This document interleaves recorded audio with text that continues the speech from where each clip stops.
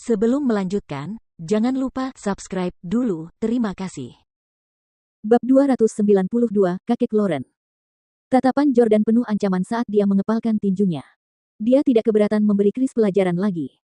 Chris menatap Jordan dengan marah. Pang, hanya ada dua tipe orang yang berani berbicara kepadaku dengan nada seperti itu di DC. Jenis pertama adalah mereka yang lebih berkuasa dariku. Yang kedua adalah mereka yang memiliki keinginan mati. Jelas kau bukan tipe pertama. Kalau aku tidak salah, kau pasti punya catatan kriminal yang panjang. Kamu pasti telah melakukan pembunuhan, perampokan, dan bahkan pemerkosaan. Chris sudah tahu bahwa Jordan bukan orang baik. Sebaiknya kau segera keluar dari DC dan kembali ke tempat asalmu, atau aku akan memastikan kau tidak akan pernah bisa meninggalkan DC. Chris mengancam Jordan. Jordan mencibir. Orang ini jelas telah kalah. Namun, dia tidak mau mengakui bahwa aku lebih baik darinya. Dia bilang aku ingin mati. Dia memperlakukanku seperti penjahat dengan catatan buruk. Siapa yang akan segera dijebloskan ke penjara? Jordan mencibir, kau benar sekali, Chris Heng. Aku memang tidak takut mati. Karena kau tidak akan membiarkanku meninggalkan DC, aku akan membuatmu meninggalkan dunia ini. Jordan berkata dengan nada sinis dan tiba-tiba memasukkan tangan kanannya ke saku kirinya. Chris langsung terkejut. Mereka semua sangat peka terhadap tindakan ini karena ketika seseorang melakukan ini, biasanya untuk mengambil pistol yang disembunyikan di saku dada. Jangan main-main. Mari kita bicarakan semuanya dengan tenang. Chris begitu ketakutan sehingga ia buru-buru mundur dan bahkan memohon bantuan. Yang mengejutkannya, Jordan mengeluarkan sebungkus rokok dari saku mantelnya. Jordan mengeluarkan sebatang rokok dan menatap Chris, begitu ketakutan hingga ia menjadi pucat pasi. Ia berkata, aku hanya sedang menghisap sebatang rokok. Lihat betapa takutnya dirimu. Kau tidak khawatir aku akan membakarmu sampai mati dengan korek api, kan? Anda. Chris sangat marah. Ia baru saja mengancam Jordan dengan nada suara yang sombong, tetapi sekarang ia memohon belas kasihan dengan cara yang menyedihkan. Lauren, wanita yang dicintainya, benar-benar telah menyaksikan tindakan memalukan seperti itu. Pada saat itu, Lauren juga datang dan berkata, Chris, sudah cukup. Cepat bawa mobilmu pergi. Tentunya kau tidak akan membuatku menelepon kakekku dan memintanya untuk membawa mobilmu pergi, kan? Chris langsung ketakutan saat mendengar Lauren menyebut kakeknya. Apa yang disebut aliansi perkawinan yang dibangun atas dasar kepentingan menguntungkan kedua belah pihak dan tidak hanya bagi keluarga Howard. Keluarga Hanks jelas ingin menjilat keluarga Howard. Chris selalu mengagumi dan menghormati kakek Lauren. Kecantikan Lauren bukan satu-satunya alasan mengapa ia memujanya. Ia juga ingin mendapatkan bantuan dari kakek Lauren. Baiklah, ayo berangkat. Setelah mengatakan hal itu kepada Rob, mereka segera pergi menggunakan Lincoln SUV. Lauren berkata pada Jordan, biarkan aku yang menyetir. Oke. Jordan mengambil alih kemudi karena dia tidak ingin Lauren terlalu lelah. Namun, dia tampaknya mengalami masalah di mana-mana di sini. Oleh karena itu, lebih baik membiarkan Lauren mengemudi, yang akan menghemat banyak masalah.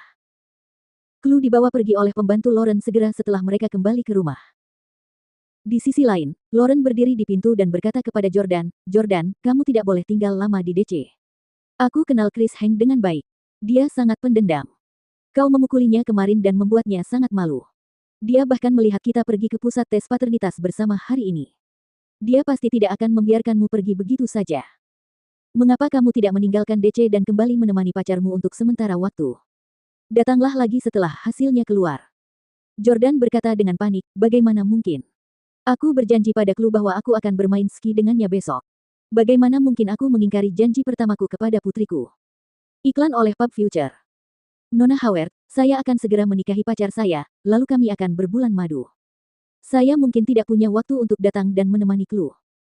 Jadi, saya harus tinggal di DC minggu ini dan menemani putri saya 24 jam sehari.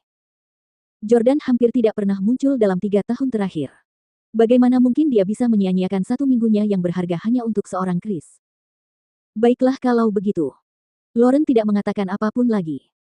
Kehadirannya akan membuat rumah Lauren terasa sedikit lebih hidup dan lebih bahagia.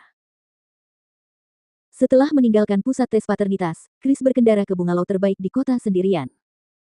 Berbeda dengan tempat Lauren tinggal. Tidak hanya lokasinya yang bagus, tetapi perabotannya juga lengkap. Tata letaknya sangat megah yang mencerminkan status luhur pemiliknya. Chris harus keluar dari mobilnya agak jauh dan berjalan mendekat.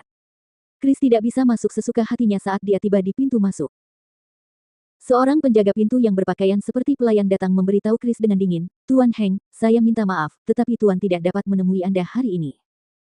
Meskipun mengetahui identitas Chris, dia tidak menurunkan harga dirinya. Sikap Chris juga berbeda dari sebelumnya.